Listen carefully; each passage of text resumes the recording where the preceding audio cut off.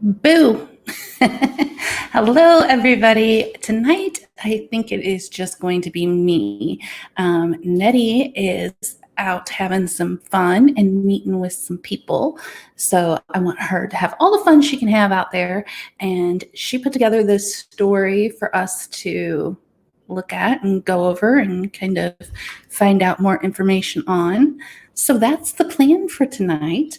Hope everyone is doing well on this wonderful Sunday. We have Maggie 2263 in here so far, and we have Hitch Up and Toe. So welcome to the room. What have y'all been up to this week? How has this week been for you? Hopefully good. And I'm going to go ahead and pull up our video. Hey, Happy Place Camping and Nursing Our Travel Bug. Thank you so much for the raid. I appreciate it.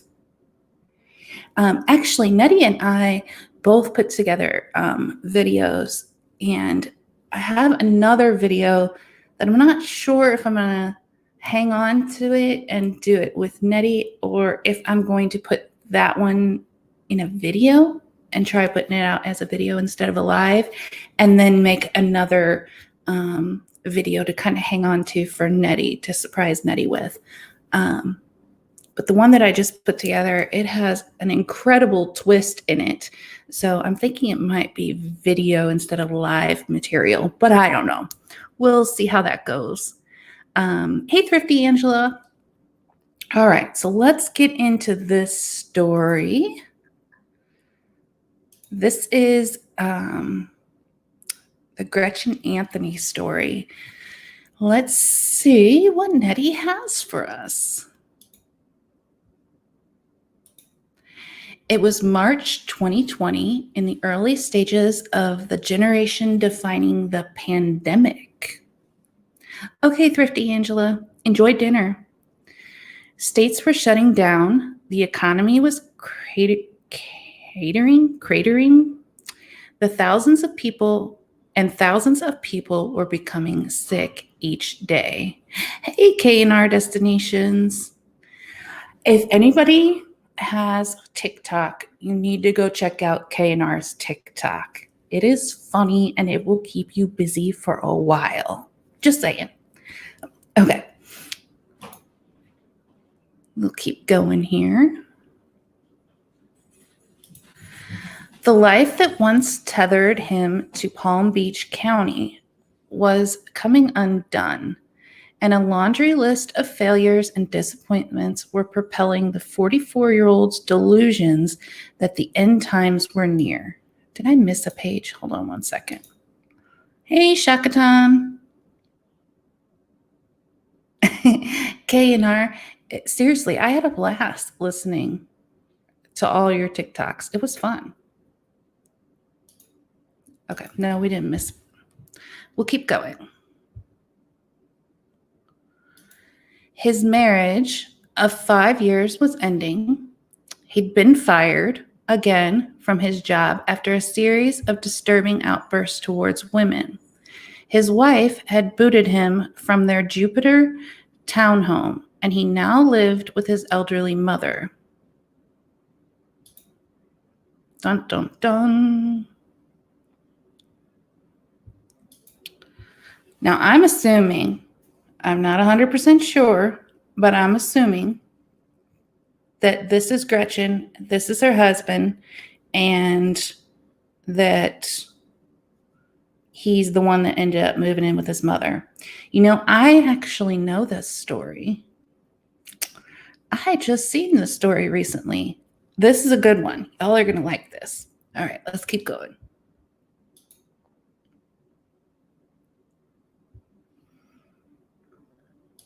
In the weeks leading up to the shutdowns, David rambled on about the fresh start that awaited him in Costa Rica, inviting friends, former colleagues, and even women he went on dates with to make the 3,500-mile trek.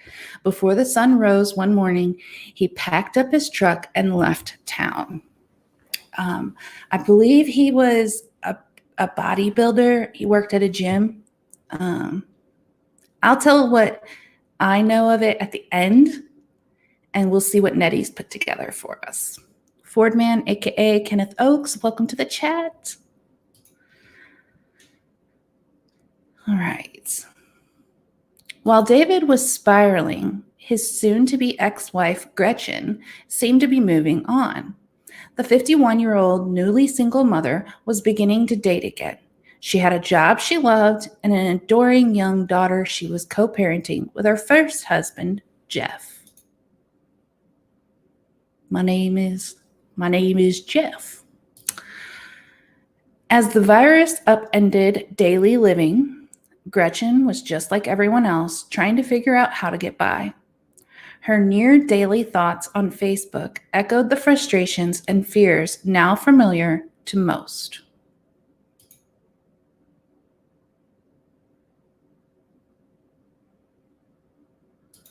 She shared informational videos about the virus and how to stay safe. She asked for new TV recommendations after finishing Schitt's Creek and Game of Thrones. She reposted memes and jokes that poked fun at the absurdity of the new normal.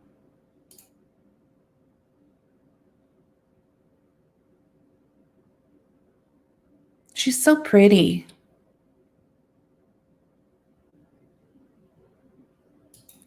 Does anyone else feel like life is being written by a fourth grader right now? There was this virus and everyone was scared, and the world ran out of toilet paper, and then there was no school. These are her Facebook posts. On Thursday, March 19th, she posted a quote from a meditation blog. When chaos is all around you, the wisest choice is to create peace within you. When chaos is all around you, the wisest choice is to create peace within you. Yeah, my tongue gets tied every time I try to read one of these things. Never fails. I can either not sound out the word or my tongue gets tied. After that, her profile went dark. Over the next few days, so did most of her communications with loved ones. Dawn Paris, Gretchen's boss, and a close friend texted with Gretchen briefly on Sunday after learning she was sick.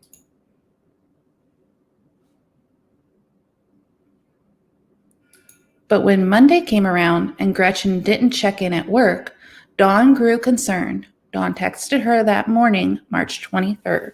Gretchen, are you okay?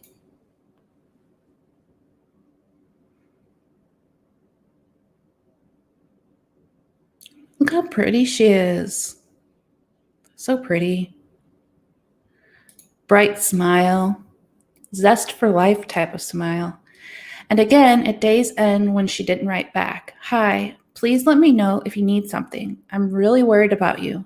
Finally, on Thursday morning, she received a response.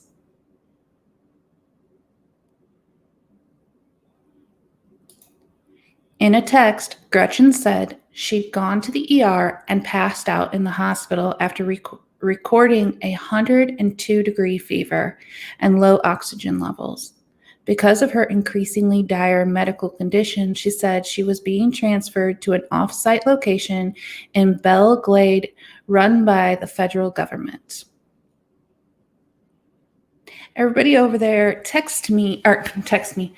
comment and let me know, one, how you're doing this week, and two, is everyone still wearing masks in your area, or have people pretty much stopped wearing the mask? I'm curious. I said text me because my brain is not working. Tested positive for virus early this morning. That's the bad news. But I'm at a CDC treatment facility that only handles virus cases. The good news is that my blood type has the potential to be used for the cure. Sounding a little fishy. Not sure if you remember me saying that I have a strain of mad cow disease in my blood. Well, that strain is significant in gathering more answers to find a cure. For safety purposes, Dr. Sinclair and her team are strongly recommending that we maintain contact with immediate family members only. I'm using my mom. Mad cow disease, huh? Interesting.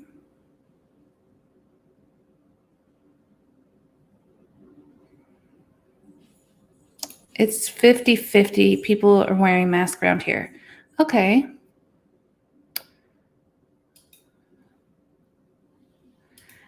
Around here, I would say most people haven't been wearing them.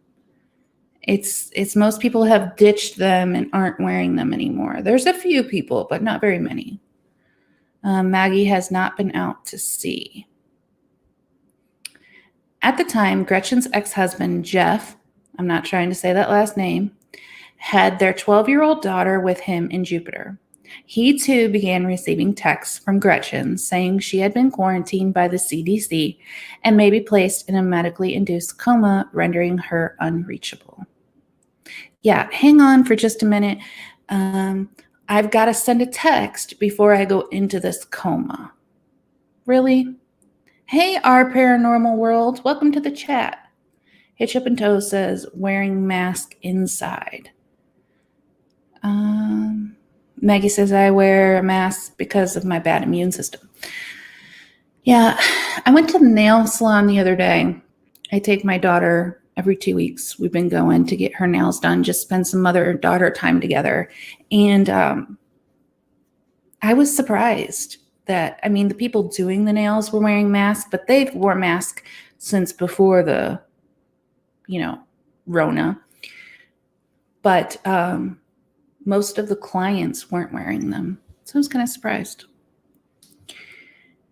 This cracks me up, though. I'm sorry, but whoever is sending these texts to her ex-husband and her friends at this point, yeah, they're going to put me in a coma. Before they do, I can text you, though. It just doesn't sound right. 50 Angela, most people don't wear them outside, but I'm more surprised about the amount of people not wearing them inside. Yes. I'm pretty surprised too. It was such a big thing, and now most people aren't wearing them around here. It's surprising. Jeff didn't buy it. He took a hard look at the text, rife with shoddy grammar and punctuation. They used a lot of abbreviations, which Gretchen would never do. But there was something familiar about the speech pattern. He did indeed know someone who talked like that. His ex-wife's now estranged husband, David Anthony. Whew, the ex-husband caught on. When police eventually checked Gretchen's home, the bloodied towels tossed in the washing machine and the overwhelming odor of bleach in the garage signaled them how the story would likely end.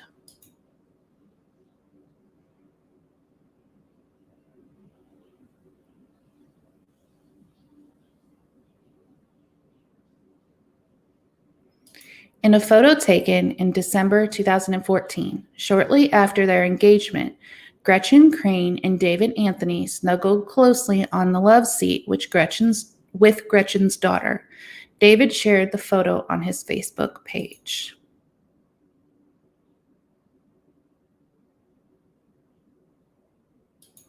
You guys fit so perfectly together, one person commented. Such a beautiful way to end the year and start a new one, said another. After a short engagement, Gretchen and David sealed the deal with a wedding in Las Vegas in 2015. In all, the smiling couple was married for 5 years.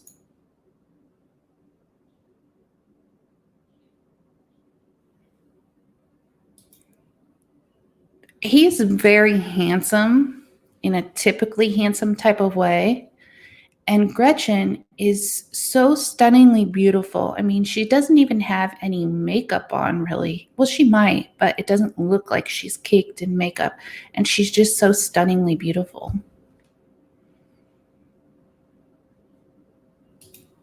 All right. Gretchen had spent most of her life up north attending fashion school in New York and later earning her degree. Sorry, my phone went off. And later earning her degree closer to her childhood home of New Jersey, where she eventually worked as a teacher.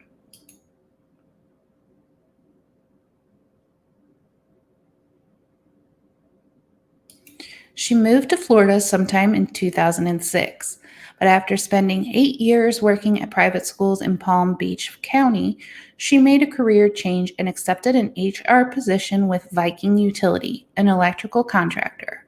It was a job that allowed her to connect with others, something she absolutely loved. Hitch Up and Sews. Hitch Up and Toe. I am so tongue-tied today. Hitch Up and Toe says, I don't trust him. He knew what a washing machine was. That's funny. We have MelNetteLivingFreeZipCodeless over here in the chat. Hello, hello. Yes, I told everybody you're out having a bit of fun, and it is so good that you're out having fun. And this is the story you put together for us. So we're going to keep going. So thankful for Nettie when she puts these stories together. I love not knowing a lot of the time what we're going to get into. So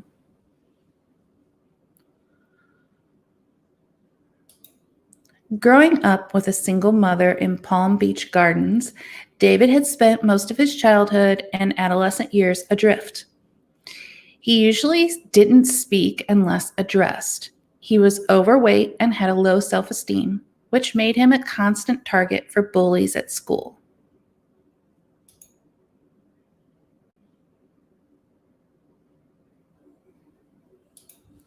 Because he was so much larger than other kids his age, he hadn't even been allowed to join recreational sports leagues.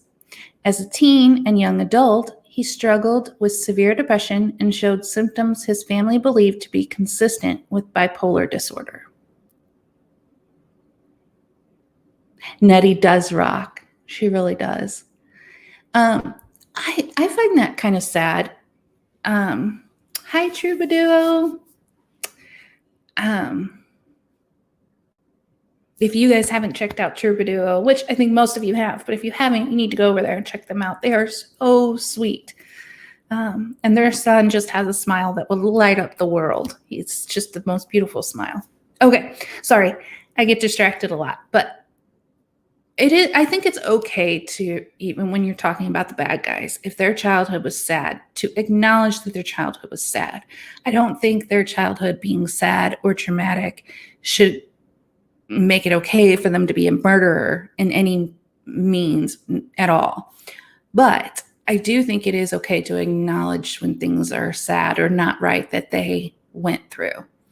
Gotta run. Have a great live. All right. You have fun, Nettie. So knowing that this kid, because he was so much larger than other kids, wasn't allowed to play sports and things like that is very sad. Hey, Thin Blue Lane RV Life. I mean, considering he grew up to be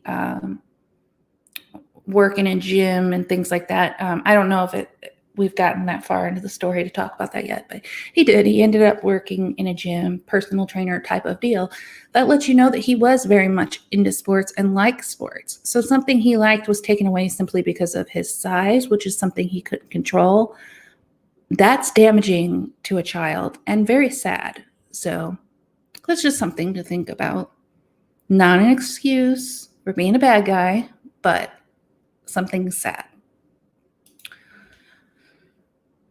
All right. She's so pretty.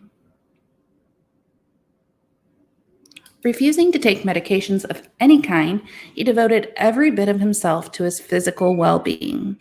After high school, he earned a scholarship to play basketball for Eckerd College in St. Petersburg. He idolized hyper-masculine superheroes like Thor and basketball greats like Kobe Bryant, even naming his husky Kobe. See, how much he was into sports, and that was something that was taken away from him and he wasn't allowed to do when he was younger. That would mess with a kid's mind, I think.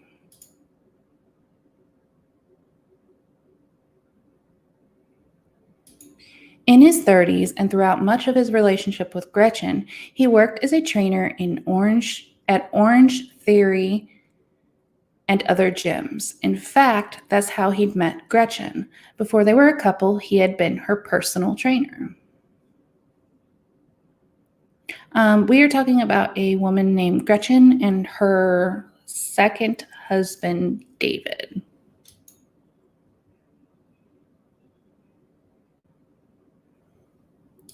On paper, David and Gretchen perfectly complemented one another.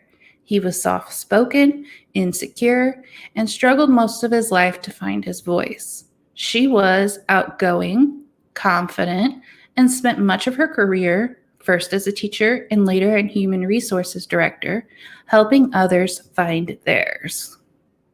You know, that is kind of the perfect match. That's kind of the way Bulldog and I are. I'm quiet and more reserved. I have a hard time finding my voice. And Bulldog is just very confident, outgoing. He can speak up for anything and everything. He just has no trouble with that whatsoever. And I think it works great for us. Then Blue Lane says, I could see Gretchen Anthony in the title, but the guy, thanks for clarifying. Oh, no problem. He's not such a good guy. They both led active lifestyles. David was a passionate outdoorsman who enjoyed cycling, deep sea fishing, and kayaking. Gretchen loved going to the beach, paddleboarding, and doing yoga.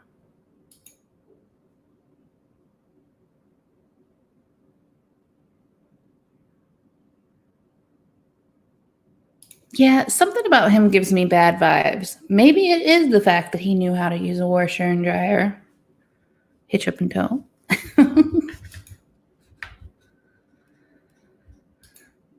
For the first few years of their marriage, the two appeared happy, but Gretchen spent the remaining 3 trying to leave. She confided in friends that David was becoming increasingly manic and, at times, verbally abusive. They separated once for at least 6 months, but wound up back together.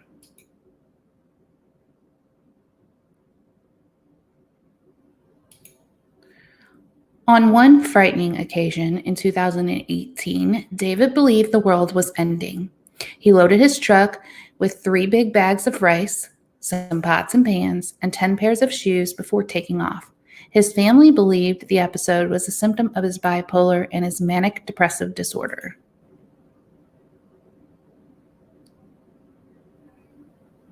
Although Gretchen recognized her husband was struggling, she didn't feel equipped to help.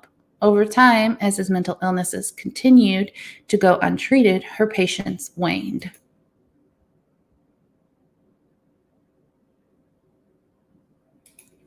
I wish him well and hope he learns how to deal with his mental issues, Gretchen texted a friend in December of 2019.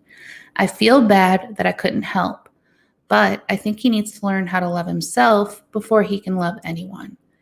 Something he might not experience in his lifetime. Paranormal world. Oh, world's ending. Better grab all my shoes. Guess he really liked his shoe collection. I thought that was more of a woman thing, but you're right. That is pretty funny that he's like, yeah, I gotta grab all my shoes. I know that, like, back in the day when people got married, they got married for life, you know, through sickness and health, good timing and bad. That was like the thing. People didn't separate back in the day or divorce. It was like frowned upon. People looked down on you if you divorced. Now, I get that times have changed, but how hard of a decision must that have been for her to be like, wow, if only he would fix these mental health issues. If he would help himself, I could help him from there, and then he just refused to get help for himself. And then looking at that, it's a sad situation because you're looking at someone that you love and you're realizing that their brain's not really theirs. They're not controlling it, but they have to make that choice to get help. I don't know. It's just a sad situation when you're dealing with someone that has mental health issues. Again, mental health issues, though, are not an excuse for any sort of crime. They're just not. Maggie says, I have minimal shoes. Hey, Char of Hearts. Welcome, welcome. All right, we'll keep going.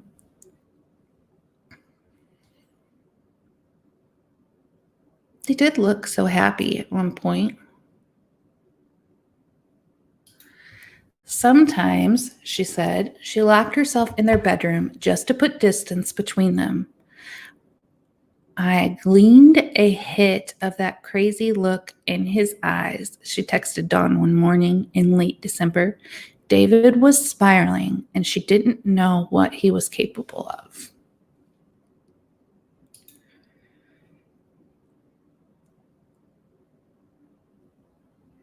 I'm watching him on the cameras and waiting for him to go to bed, she texted. Dawn, another evening. Then I'll go downstairs and get a knife and put it under my pillow just in case, and hopefully get some sleep. My wife is mad she had to marry me. Aw. Hey, Jane in Travels. Welcome to the chat. I don't know. I know that some people don't suffer from mental illness. They've never dealt with anyone in their family with mental illness. A lot of time mental illness is not all the time, but sometimes it is genetic. So it's passed down from grandpa and grandma to mother and father to the kids. And so even if you are in a family and you don't have it, maybe your relatives have it. Or if you have it, you understand it a little bit because you grew up with grandma and grandpa and mom and dad who maybe had some mental health issues too.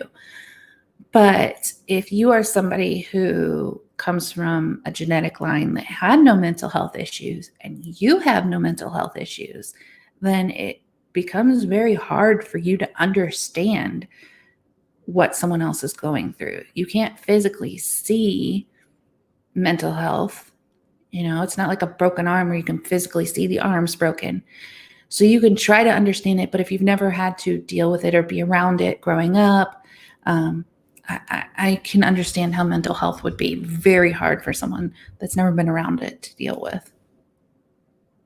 Maggie says, it's in my family, but I'm not a killer. Yes, I don't think that mental health issues in any way make it okay to be a killer or a murderer or do crimes in any way. I just think that if you break down the relationships between a man and a woman or a woman and a man, and there is mental health issues, it's interesting how one person, even if this couple isn't together, it's interesting how one person can have dealt with mental health issues their whole entire life with their family, with them, and then they can meet someone else who has never dealt with mental health, so doesn't understand it, doesn't understand how depression works or why it works that way or why you're feeling that way. I just find it really interesting, the two completely different sides of the coin. Then Blue Lane says, I worked in mental health for over a decade. I understand. Yes. I can't stay long, but stopping in to say hello. Hello, Tommy Travels. Tommy Travels just did a video on St. Louis riverfront. He went on a riverboat and he went into the bottom of the arch. So if you haven't seen that, go check it out. That's a whole nother order. Yeah. Okay. I'm going to continue reading. Also, keep in mind that she mentions she has cameras in the house. So keep that in mind. Hey, Linda Parker.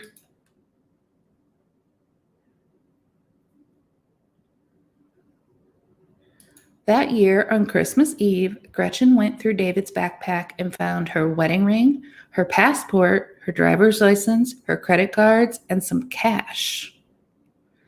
Okay, he's getting real creepy. Her things are in his backpack. Passport. Why is her passport in his backpack? That's weird.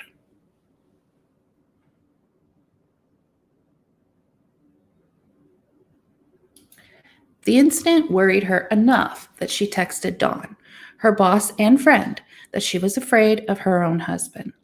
By the end of the month, Gretchen made the decision to leave the turbulent relationship. She had David move out of the townhouse and she changed the locks. 2 months later, on February 28th, 2020, she filed for divorce.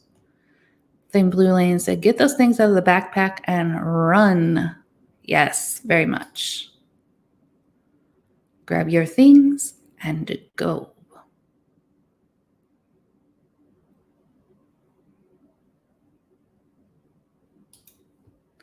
After being kicked out by Gretchen, David moved in with his mother, who lived nearby.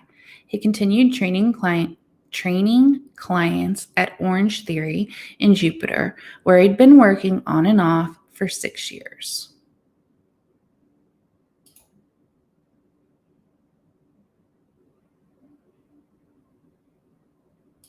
In the weeks after his separation from Gretchen, his coworkers noticed gradual changes in his behavior. Most days, David would be among the first to arrive at the gym, but after the split, he started coming in later and later and seemed more withdrawn.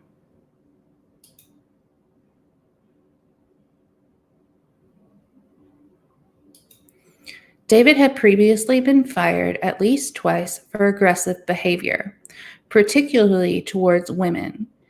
He was only allowed to come back after persuading the franchise's owner and operator, Tabitha Hopkins, to meet him for coffee.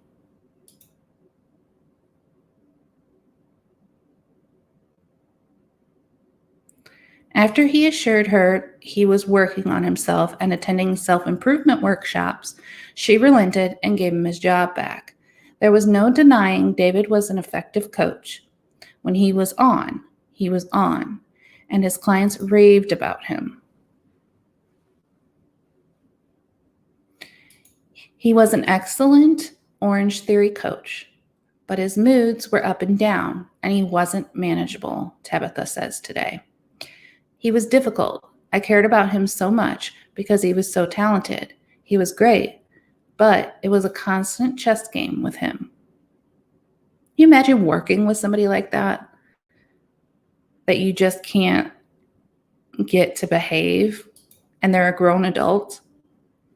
At 6'7", with a broad, muscular build, David commanded the attention of most rooms he walked into. When his energy was high, it felt contagious. But when he was feeling off, his mood swings and tempers seemed to disrupt everyone around him. There's no in-between with him, Tabitha says. Basically, you never knew what David you were going to get.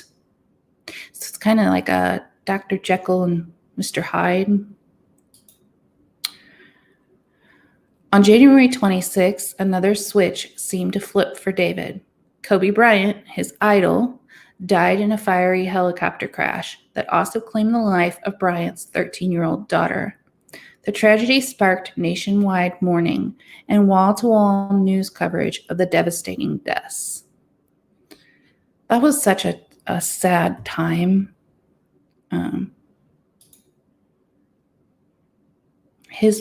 Kobe Bryant's wife handled that so tremendously well, though. David was among the throng of grieving fans. In the days that followed, he broke out in hysterics, crying and wailing in front of the classes he led. But when a manager offered to send him home and call in a replacement, he refused. David, imploding in the most visible and visceral manner possible, seemed to want everyone to know he was hurting. Yeah, that is really tall. 6'7" really tall. When Kobe Bryant passed away, something happened, Tabitha recalls. You would have thought he and Kobe Bryant were best friends. He was traumatized by it.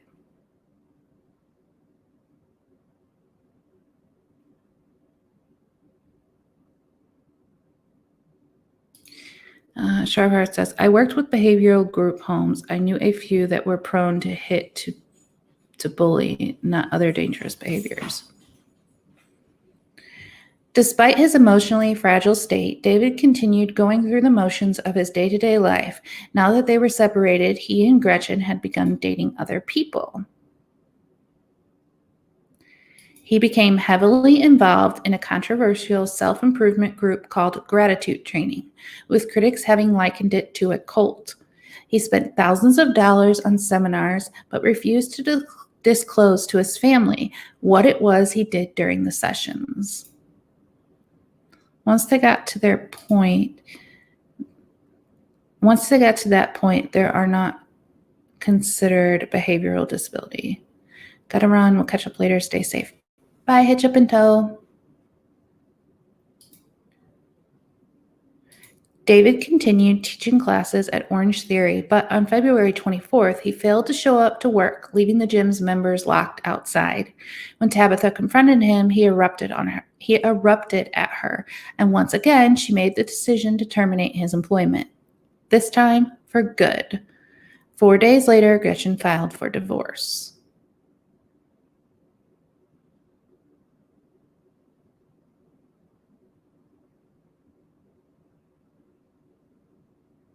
Later that night, as she drove him back to her home to get his truck, she told him he was not welcome to stay. When they reached the house, she was alarmed by what she saw inside. Duffel bags filled with his clothes had been laid out on her bed and the dining room table, and food from his mother's house was stashed inside the freezer. Kobe, David's husky, was in the backyard. David, it appeared, had already attempted to move in. Can you imagine? You go home and you're telling him that he's not welcome to stay, he's got to leave, and then you get to your house and he's moved all of his stuff back in, including the dog? Hey, Oracles and Beyond. Thank you so much for sharing me out. You're so sweet. Thank you so very much.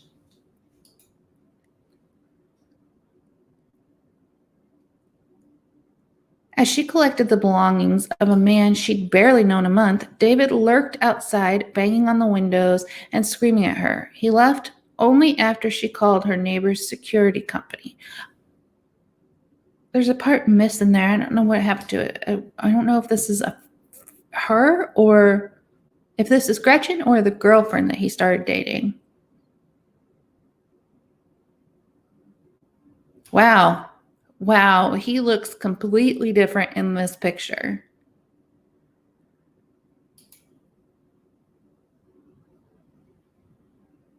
A week later, David had a similar episode outside Gretchen's home. Okay, so it was the girlfriend he was dating. He did that too. So now a week later, David is outside Gretchen's home, and while she slept in the early morning hours, he ranted about escaping to Costa Rica. The world, he believed, was coming to an end. She let him go on for a few hours until she relented and invited him inside. Maggie said, I'm kind of confused. Yeah, I think that the original, when he was inside somebody's house and all that, that was the girlfriend, because he started dating another girl. They both started dating, apparently. And then he was arrested for that, I'm guessing. I think there was maybe a clip missing that we didn't catch. But yeah, so now he's over at Gretchen's house outside ranting and raving, and so she lets him in. All right. Later that evening, long after David had left Gretchen's house, a police officer on patrol observed him, visibly nervous and sweaty, pacing around outside a Riviera Beach restaurant and, at one point, approaching a group of teenage girls. He's losing it. When the officer noticed that David's license plate was particularly obscured by black electrical tape, he confronted him. David grew defensive, suggesting his 12-year-old stepdaughter was to blame. Blaming the kid? Really? Blaming the kid for his nonsense? And he refused to stand still, despite the officer's warning not to move. David yanked open the door of his truck and began rummaging around. Fearing what would come next, the officer trained his gun on David and ordered him onto the ground. When another officer arrived to provide backup, David leapt from the pavement, dove headfirst into his truck, and reached for the driver's side floorboard. One of the officers grabbed hold of David, but not before he slammed the door on her arm. He was arrested for resisting arrest with violence and posted bail several days later. When officers looked beneath the driver's seat, where he had been reaching, they found a large Bowie knife. By the third week of March 2020, nobody had heard from Gretchen in days. Yeah, I think he's gone off the rails. Gretchen Anthony's Jupiter townhouse. As Florida started locking down amid the spread of the virus, she didn't answer calls or text. She stopped sharing her location with her daughter, something Gretchen was obsessive about. It was as if she had gone completely off grid. But over a span of at least 3 days, beginning March 23rd, Gretchen's friends, her sister, her mother, and her boss began to receive disturbing and nonsensical text messages from her phone. In the text, Gretchen said she'd been detained by the CDC for quarantine after becoming sick and checking herself into the Jupiter Medical Center. The text said medical staff told her she'd tested positive for the virus and would need to be transferred to an off-site CDC location.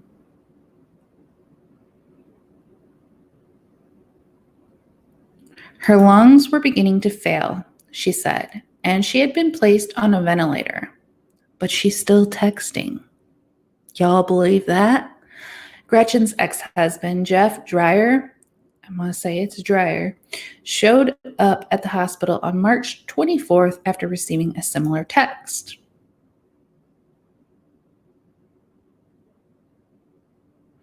There in the parking lot, Jeff spotted Gretchen's blue Mini Cooper, her purse on the passenger side floorboard. But when he called the hospital to ask about Gretchen's status, an ER physician told him she hadn't been a patient there since 2008. Acting on calls from her anxiety-ridden loved ones, police checked for Gretchen at her townhome on March 25th. When the cruiser pulled up to Gretchen's residence, a neighbor flagged them down. Were they there to investigate the attack that had taken place on March 21st? So the neighbor just walks up and says, "Are you here to investigate an attack that happened on March 21st?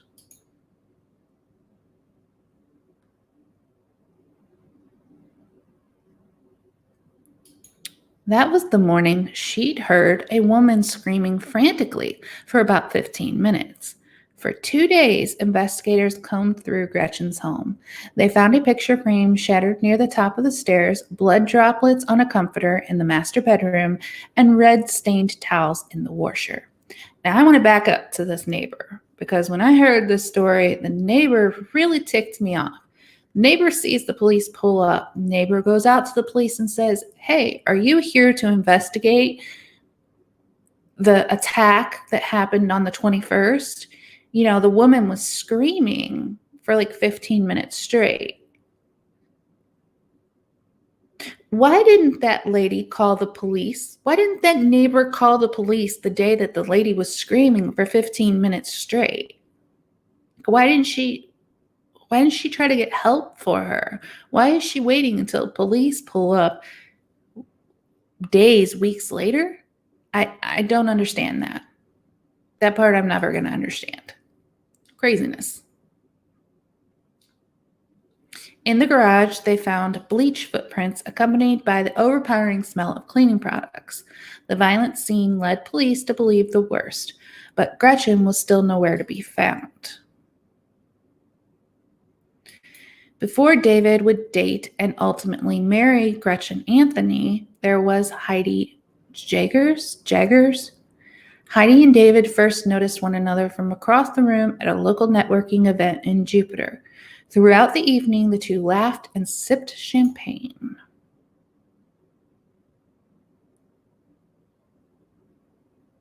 David Anthony and Heidi Jaggers. At the time, Heidi was 22 and fresh out of college, working as a server and an insurance representative. When she first got to know David in 2010, she noticed he had a lot of things she wanted in a partner. He was attractive and charming, and he seemed relentlessly interested in her. He offered her a free personal training session and then asked her out. Despite their 10-year age difference, they dated for about a year. During that year, the two constantly reminded each other how in love they were, which is exactly what Heidi would tell herself when red flags popped up over and over again, like the fact that he would time how long it took her to complete errands and to return home. Boy, better not put a timer on me. It'll be hours. I'll take an extra hour. That's crazy, timing somebody's stuff. Or that he'd ask her what she ate and whether she'd worked out on days he wasn't with her, or how he'd harp on her for regularly going out with friends. Oh, he's tracking what she eats, too. Strange. But in November of 2010, David became avoidant and began acting even more strangely. One day after work, Heidi walked in the door of his apartment where he was waiting for her. He grabbed her hand and got down on one knee.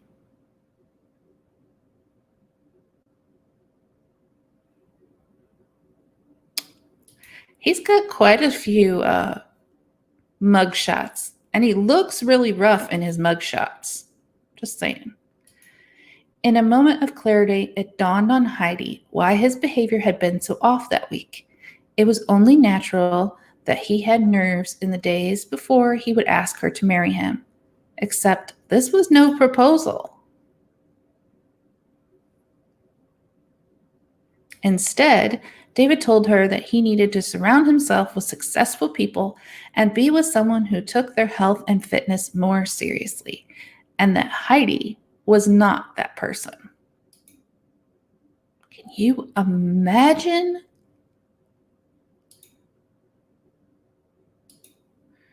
She tore her hand from David's, even as he insisted that this was an opportunity for her to grow. It doesn't have to be like this, he told her. What the hell do you expect? She remembers saying. You just broke up with me in the most effed up way.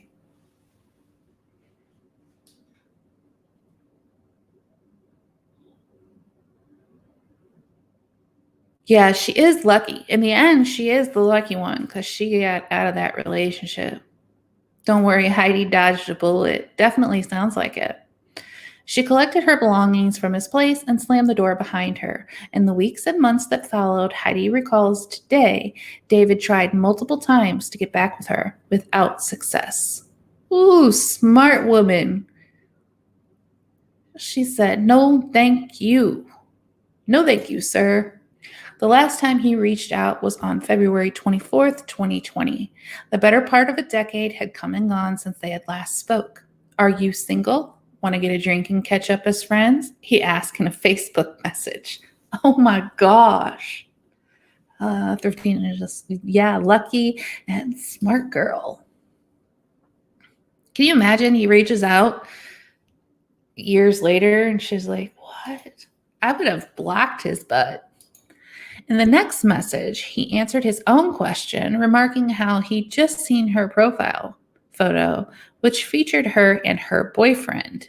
Then he inquired about how much she'd charge for dog sitting in the event that he were to go on a trip soon. What? David Anthony's pickup truck. While detectives investigated Gretchen's disappearance, David left Jupiter in his pickup and drove 600 miles to Pensacola,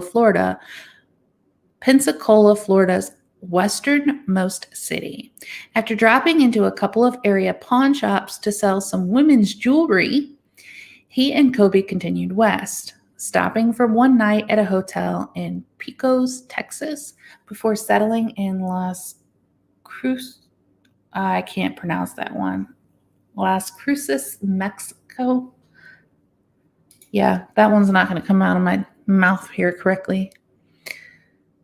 From 2,000 miles away, David contacted detectives to put their minds at ease. He contacted the detectives. On the phone, he told Detective Jared Kennerson that Gretchen was alive and not in danger. But David insisted that Gretchen wasn't comfortable speaking with the investigators. Wow. Just wow. Instead, he explained that she provided him with a written statement, which he read aloud over the phone. According to the statement, Gretchen had uncovered financial something at her job and was fleeing Florida with David because she feared for her life. The statement also implied she was running from her ex-husband, Jeff. You know, the same husband that's been worried and concerned about her and checking up on her. Sure, she's running from him. Oh boy. He looks terrible. Despite David's assurances, detectives continued to build their case. Notably, they obtained a warrant on March 29th to seize his truck and enlisted the help of La Cruces police to orchestrate a traffic stop.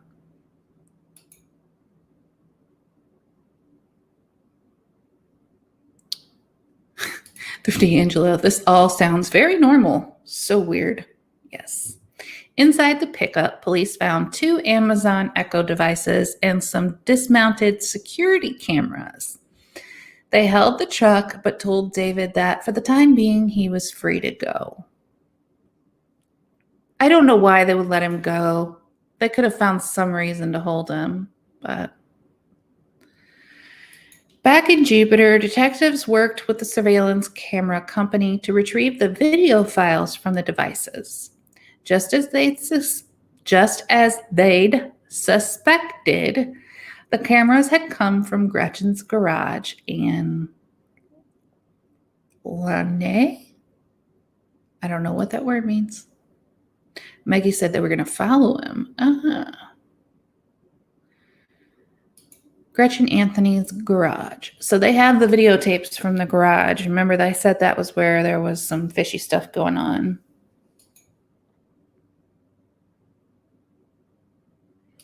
The footage provided investigators a window into the last moments of her life.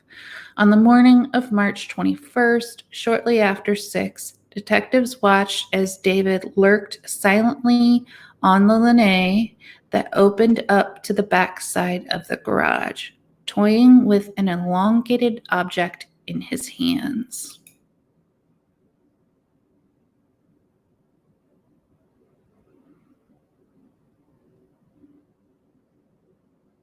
That's him right there. I don't know if you guys can see that, but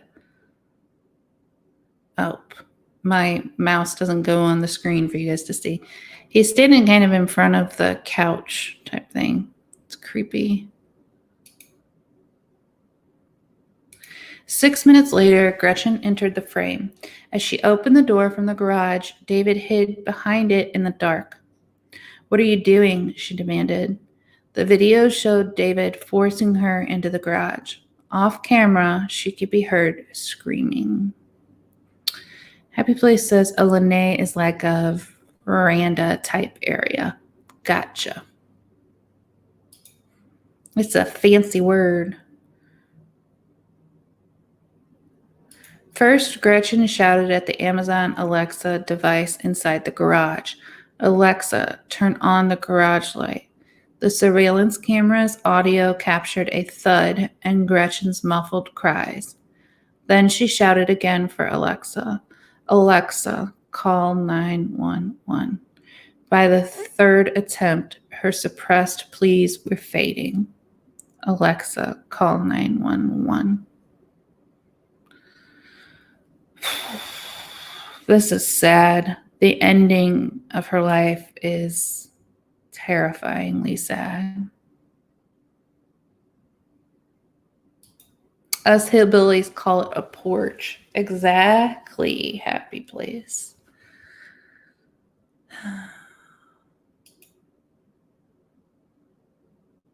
As investigators watched and rewatched the videos from Gretchen's surveillance system, they saw David's face enter the frame and his gloved hands take down the cameras.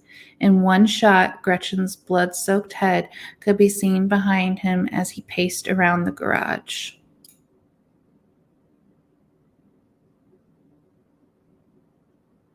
The investigators had seen enough. That day, March 30th, detectives obtained a warrant for David's arrest. This was no longer a search for a missing person. This was a homicide investigation.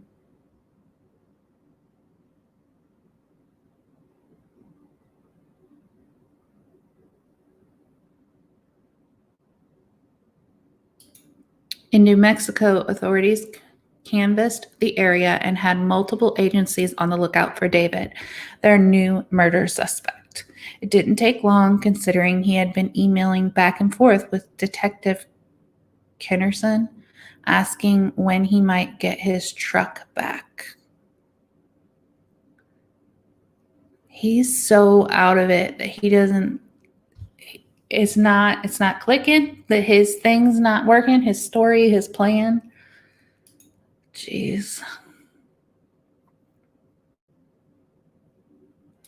A little before midnight on March 31st, police arrested David outside a convenience store in Las Cruces. I cannot say that one. I'm so sorry. Back in South Florida, an officer knocked on Jeff Dreer's door. It was past 2 a.m., and the officer asked if Jeff could wake up his daughter.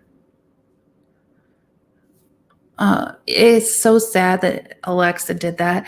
You know, we count on Alexa for a lot around my home. Luckily, in my office right here, I don't have one, but we have one in pretty much every room. We use it to turn on lights. It is set up to turn them on and off at certain times and different things like that. We use it as a intercom throughout our house. We use it for so much.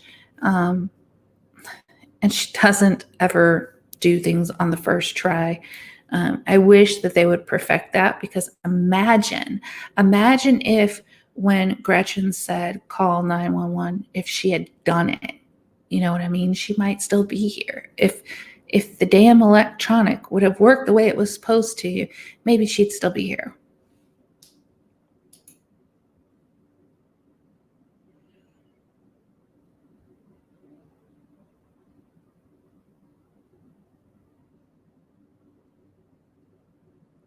Now that David was in custody, the cop explained they wanted to use a voice recording of Gretchen's daughter to appeal to David for information. With her dad's permission, she recorded her plea. Oh, that is heartbreaking. David, it's Ava. I love you. I'm scared. I miss Mom. She told him, I need to know where my mom is. Please do the right thing and tell me where my mom is. Please, I love you. Oh, that poor little girl.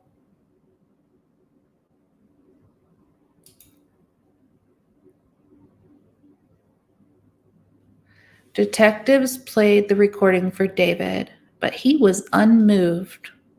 From behind bars, he refused to say anything about what happened to Gretchen.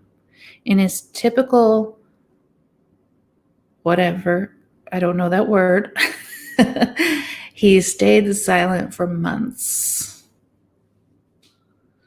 I think if they made the 911 too easy, then it would get dialed too often. So I kind of understand them not making it like a thing, but maybe you should be able to pick like a word that nobody ever says and make that what triggers it to call 911. Maggie said maybe this has happened before and Alexa had PTSD. Yeah, I think maybe you should be able to pick your word that makes it automatically call that. That would be a good thing. He looks like two different people in these pictures.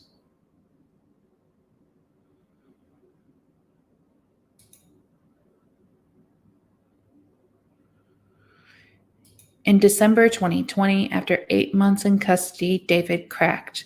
After brokering a deal with prosecutors, he pleaded guilty to the slaying in exchange for a 38-year prison sentence on the condition that he led investigators to Gretchen's body. You know, I understand wanting to know where the body is of your loved one. But man, life in prison versus a 38-year prison sentence, I don't know. I don't know if I would want that deal for my family member. Like, I would want that person to suffer for life. I don't know if I can make that deal.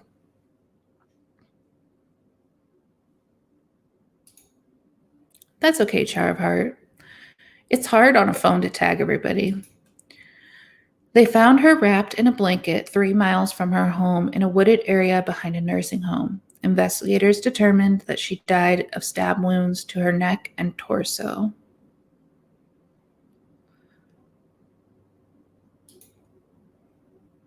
So she was only 3 miles from her home that whole time. Even there, without the beard, he looks so completely different.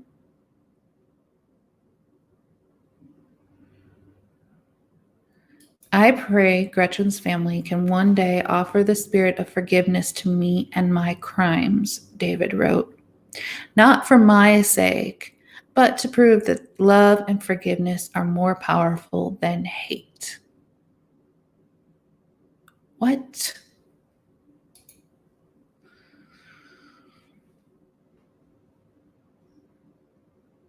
"10 months after David ended Gretchen's life, their broken families, donning face masks, gathered in a Palm Beach County courtroom for his sentencing.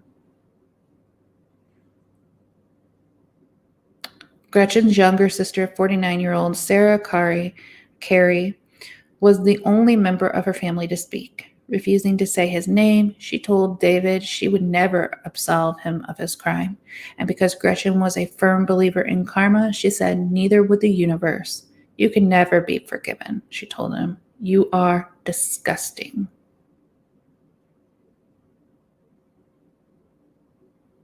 Wow. He looks terrible.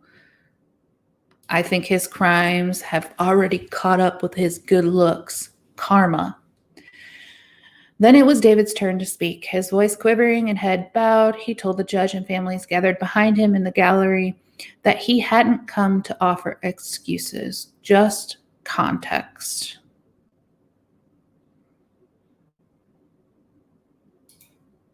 Men live by their illusions, he said, and my illusions saw the virus as an end of the world prophecy, an Armageddon I felt compelled to escape, no matter the cost. When actions become detached from their consequences, he added, his face and neck flushed, that's when madness occurs. No, you're just mad, David. You're just mad. David never fully addressed exactly what happened on the last day of Gretchen's life, or the extraordinary efforts he went to in his attempt to cover up his crimes. Instead, he simply read from a piece of paper in front of him.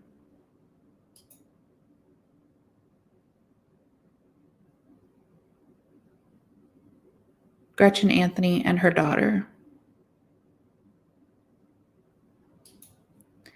Is there anything I can say that will comfort a girl who's lost a mother? He asked. Are there any words that will ease the burden of a mother who lost her daughter?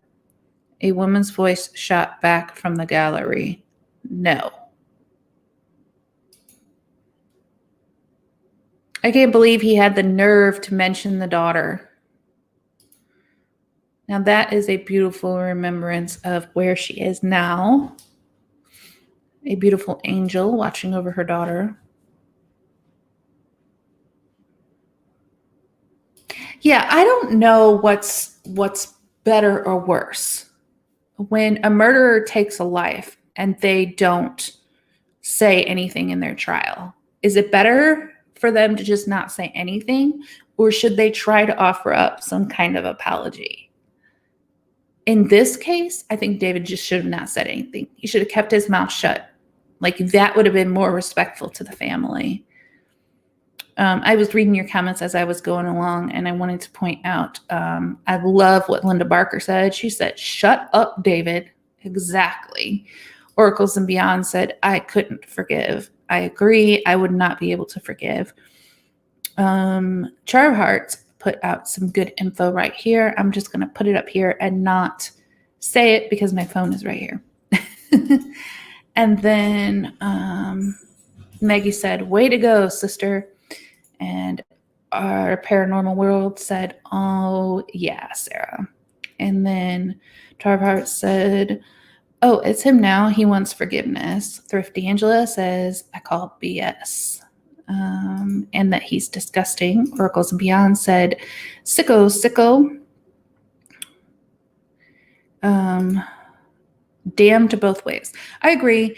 Whether the murderer says something or doesn't, they're a shitty person. They murdered somebody. So, like, there's nothing they can say to make it better. But, like, in this situation, he had no right to talk about the daughter. He took her mother away from her. He shouldn't have been speaking about it at all.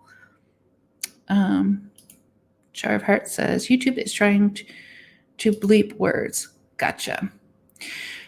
All right. Well, I went a little bit over today. I don't know. Let me try to look on my phone and see if I can see if Boxmandy is on today. My phone is attached to a very small cord, so it's a little hard to type. Sad that he even got to speak. Exactly, Oracles and Beyond. I don't think Boxmandy is on. I don't think she's doing a live today. So, with that being said, I know that there's going to be more lives tonight. I think we have an hour break unless someone else knows somebody that's coming on right now. But we'll have an hour break, and then K&R Destinations will be up at 7 p.m. Linda Barker says, "Good one, BB." Thank you. I appreciate that. Melnetti found this one. Oh, any facts I knew about the case that I didn't talk about with Nettie's information. Nettie had that he had bipolar. There was also somewhere else that said he was schizophrenic, so he had voices in his head. The cameras was a big thing. That she had the cameras. I think pretty much all of it. Other than that, Nettie covered. So the only difference I had was that he was schizophrenic and heard voices, and that he refused help. But she had already said that. Oh, thank you, Thrifty Angela. I wanted to do kind of a yellow, but then I decided on peach for summer. So, all right. With that being said, thank you all so much for joining me on this wonderful Sunday. I hope you all enjoy the rest of your Sunday, and wishing you all much kindness and much love. Bye for now, everybody.